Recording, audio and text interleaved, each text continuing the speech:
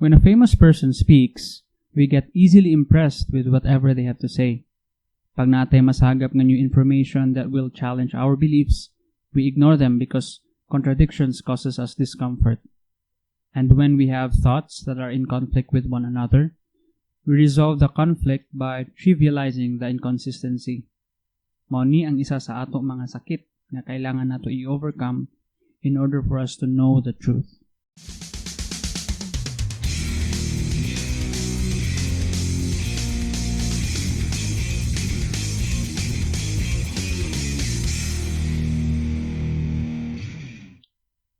Hi, in this video, ato i-explore what I think are one of the reasons why we think we hold true beliefs when we really don't. But before we begin, I'm going to go ahead and encourage you to subscribe to my channel. You'll be able to tune in to more contents like these, and your support will actually be very helpful in improving the quality of future videos. But anyway, let's go ahead and get started. Let's start with reason number 1. Reason number 1. We're not taught with what I think is the best weapon against lies, which is logical fallacies. Unsa day ng logical fallacies? Nahiskot ko na ni in one of my videos, but I really think this topic deserves its own video. A logical fallacy is an error in reasoning na makapa-invalid sa argument. It's like a hole or bangag in someone's reasoning. For example, if pakitan ta kag evidence nga bagsak as math, and you decide to argue against this by telling me nga bugo ko, wa ko'y utok o pakakon, that might seem like a convincing argument that you're making. Pero ang tinuod, you are avoiding the argument rather than making an argument. Imo gi-attack ang person instead of the argument itself. Isa ni sa popular kaayo nga logical fallacy, and as you will learn momentarily, there are very many of these to choose from. This one, the personal attack, is called the ad hominem. It's Latin for to the man, ad hominem, which makes sense, right? Because it's the person who's being attacked. But before we move forward, I'd like to mention this one important thing. Logical fallacies may not be logically correct, but that doesn't mean dili sila potentially very powerful o very effective para makuha ang loob sa masa. It is also potentially very persuasive maski pagkabaluta nga fallacy ang usa ka argumento. Kumbaga sa online games like Dota 2, ka-cheat ka or gagamit kag hack. Though it is certainly not a fair way to play, and kung gusto ka nga mailhan sa uban nga maayo ka nga player, we must play the game without cheating. Pero pag imo nang i-on imong cheat codes sa Dota in secret, I'd be lying kung mingon ko nga wala ni improve imong performance. As long as walay mo bulgar sa imong cheat while you're playing with friends, you could seem pretty impressive. So ang purpose ani nga topic is for you to understand the cheat codes, to understand how logical fallacies work para mahimo kang critical nga consumer sa any information man nga imong masagap. Let me run this short clip, then we will pause to discuss what fallacy or fallacies were committed. Alright, here we go. Walang capacity yung computer para i-analyze niya kung saan siya galing. The enormous capacity of the computer is unquestionable. It manages practically the entire earth now. It manages banking systems, telecommunication systems, satellite systems, etc. And we are now actually on the mercy of computers so that you can talk with me and I can talk with you sa isang kondisyon na napakalayo natin. We are at the mercy of the computer. Granting na ikaw ay computer, do you have any way to analyze why did you exist? The computer has no way analyzing how did it exist. Dahil hindi alam ng computer kung sino gumawa sa kanya, paano siya naging computer, hindi alam ng computer yon. But it doesn't mean na walang gumawa sa computer. You can watch the entire video on the link provided in the description below. Let's start with his main argument. His argument goes like this.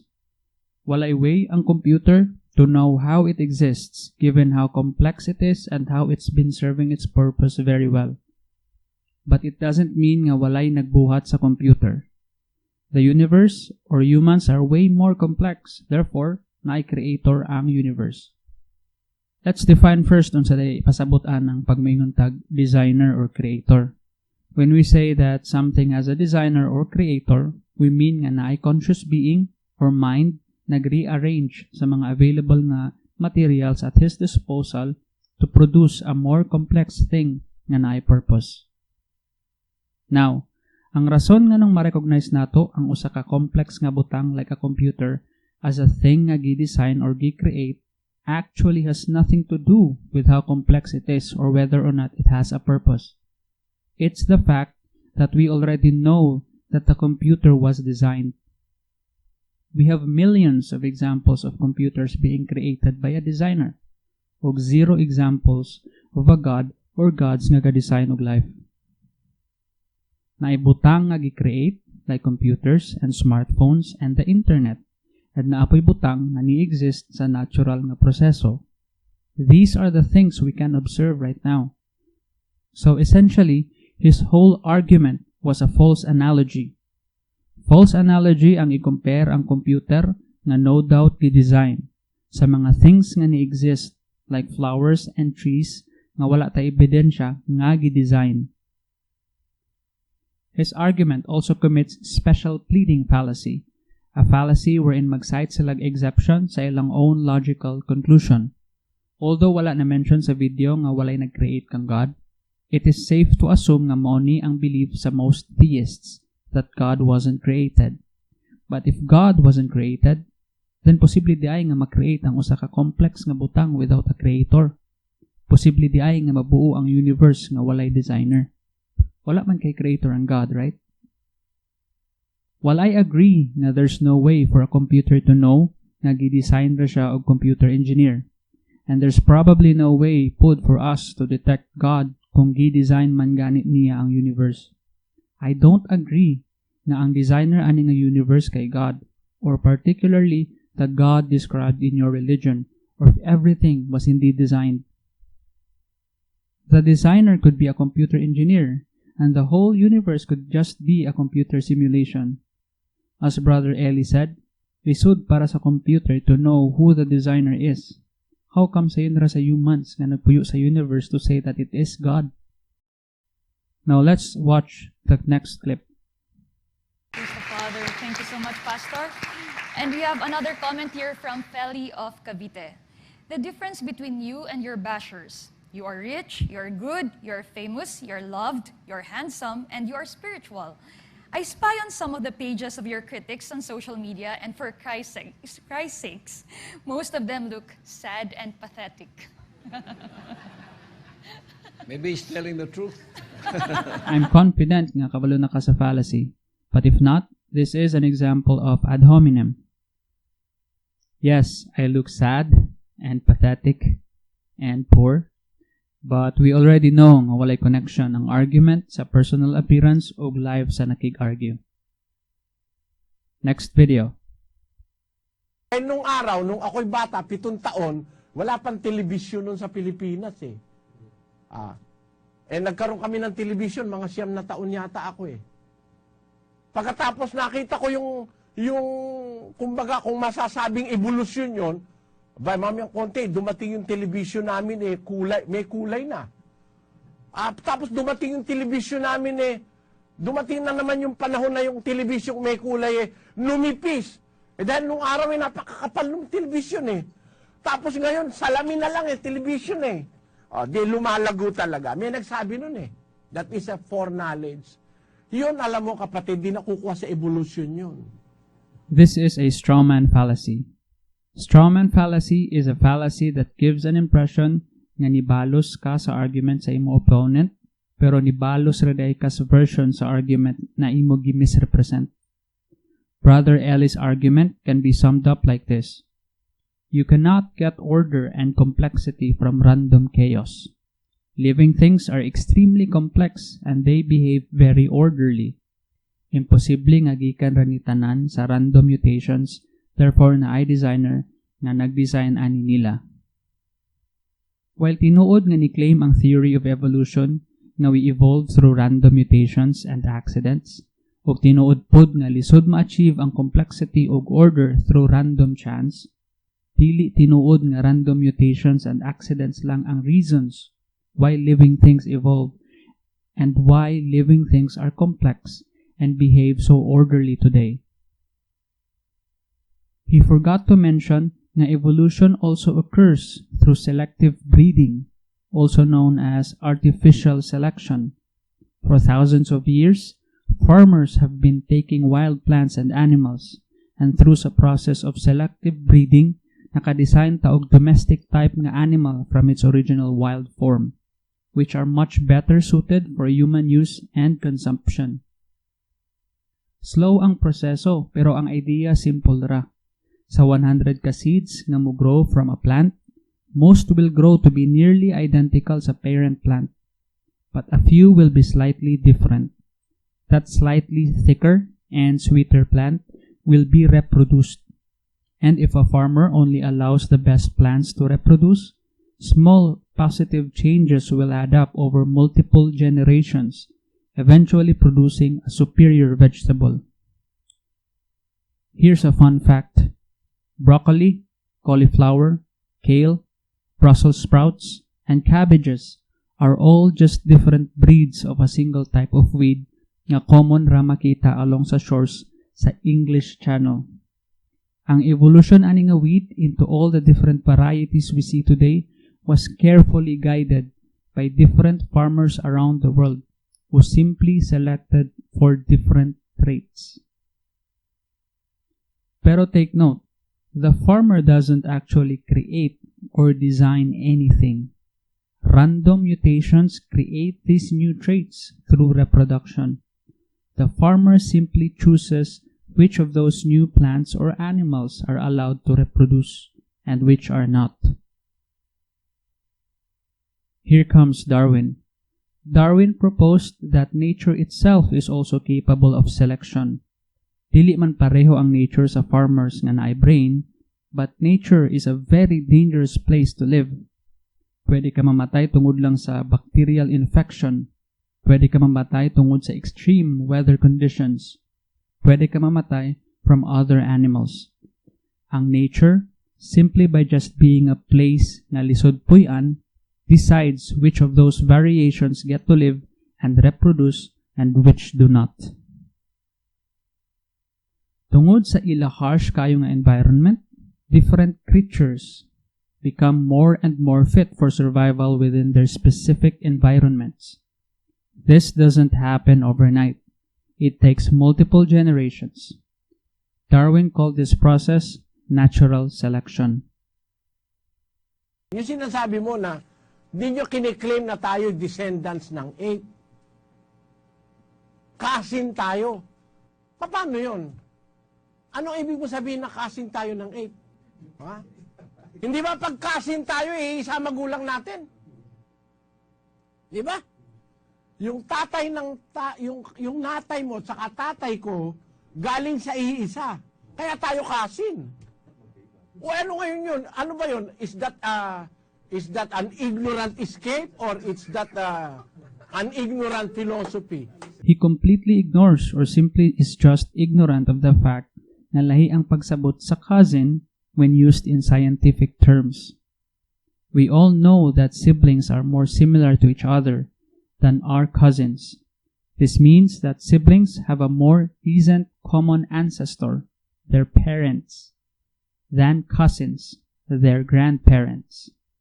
Between humans and chimps, we say cousin, okay, there is a greater similarity between humans and chimps than between humans and plants. We use the term cousin for the lack of a better word. At kung totoo yung evolusyon, dapat ngayon wala nang amoeba. Kawawa naman yung amoeba. Hanggang ngayon amoeba pa rin siya eh. Oh, kung totoo evolusyon, bakit hanggang ngayon amoeba pa rin? Kung ako amoeba, magrereklamo ko eh. Evolution is not a ladder. nga organisms can just steadily climb their way to the top. Amoebas aren't less evolved just because they are not as complex as humans. They are the result of the same 4 billion years of evolution as every other living being. They continue to exist because they're very well adapted sa ilang life nga ilagipuyan, from the bottom of the sea to the inside of your skull. Now, if you want to learn more about evolution, I have included links in the description below. Okay, let's watch another video. Yon. At kung makakarating ka na sa panahon ni Adan, saan naman ang galing si Adan? Sabi sa Biblia, nilikha siya ng Diyos. Yun ay ang inevitable truth na ang marami nang galing sa isang umpisa.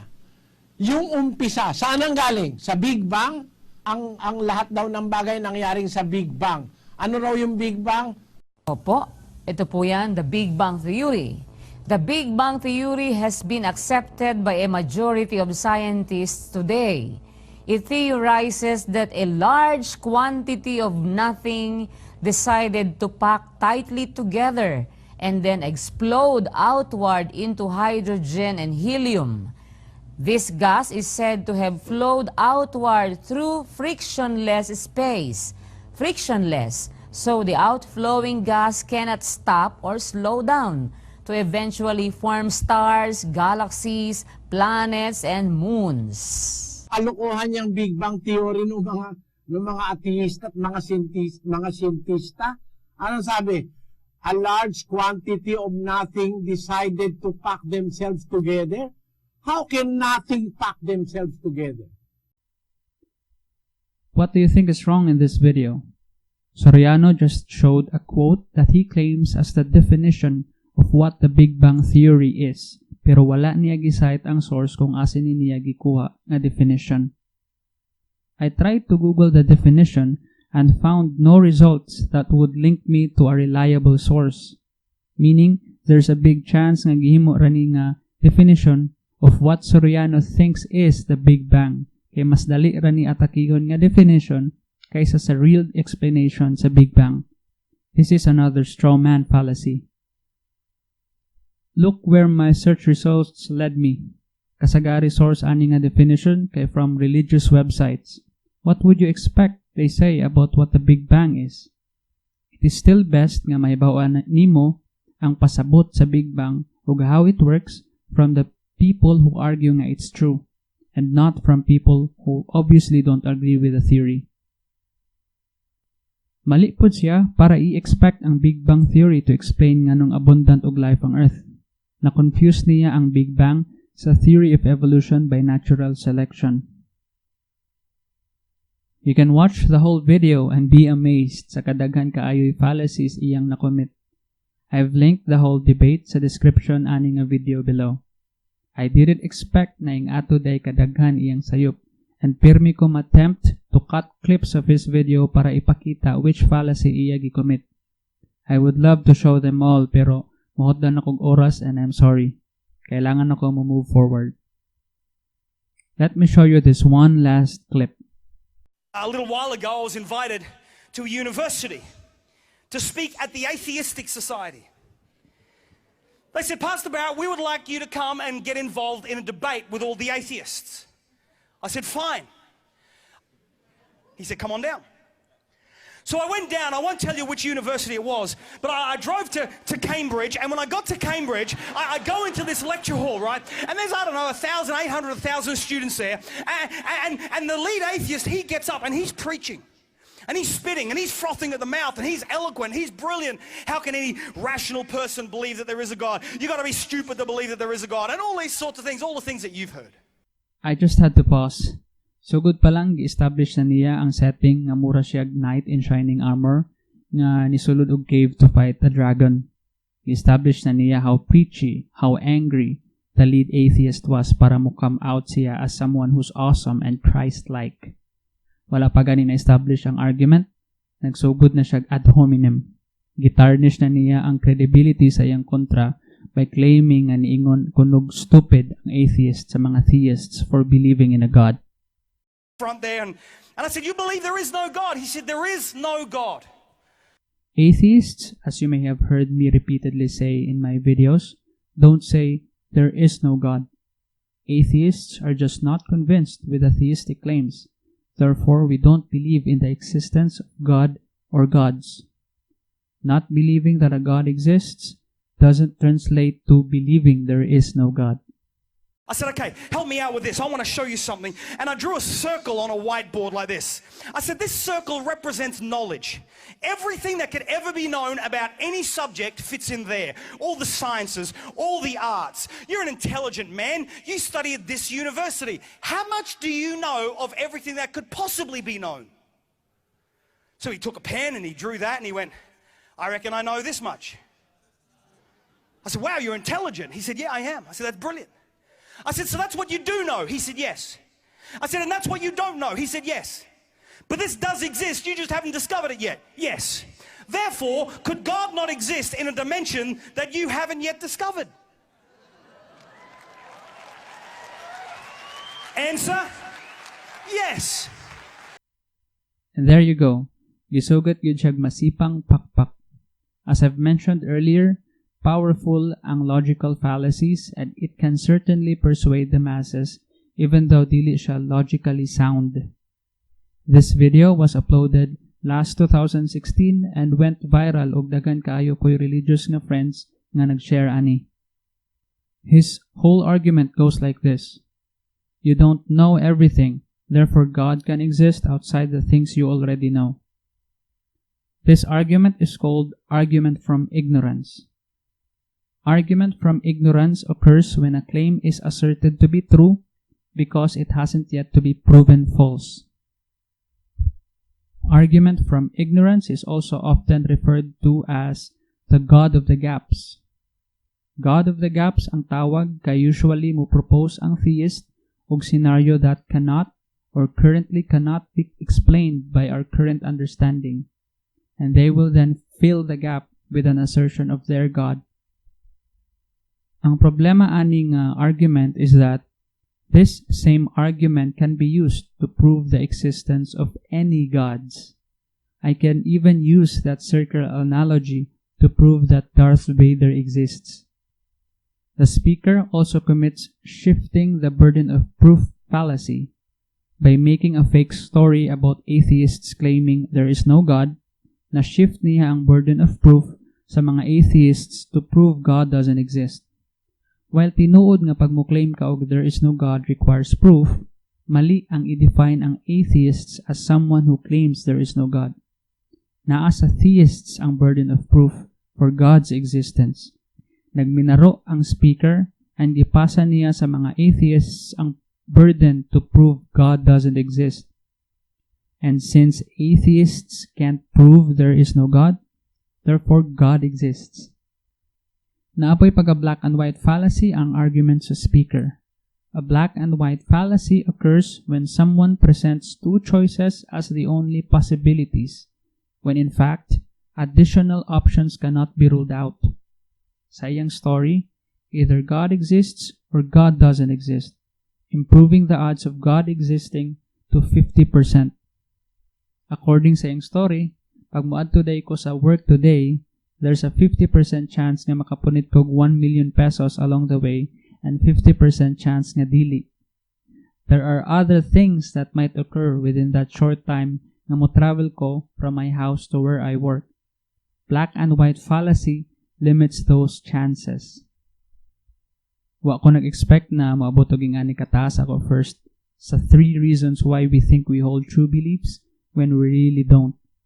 Dagan pa kayo ko'y logical fallacies nga wala na ako makover, but I'm confident na after watching this video, you go explore other fallacies on your own. I'm going to continue with the other 2 reasons sa part 2 aning a video, so stay tuned. If you have suggestions or if you think I'm wrong, let me know in the comments below. Kung ganahan ka sa video, paki-click sa like and i-share ni nga video sa imo friends and relatives nga you think are interested aning a topic. Kung gusto ka maka-receive og ingani ng mga contents in the future, click the subscribe button. Daghang salamat sa pagpaminaw ug kita ra ta sa sunod na video.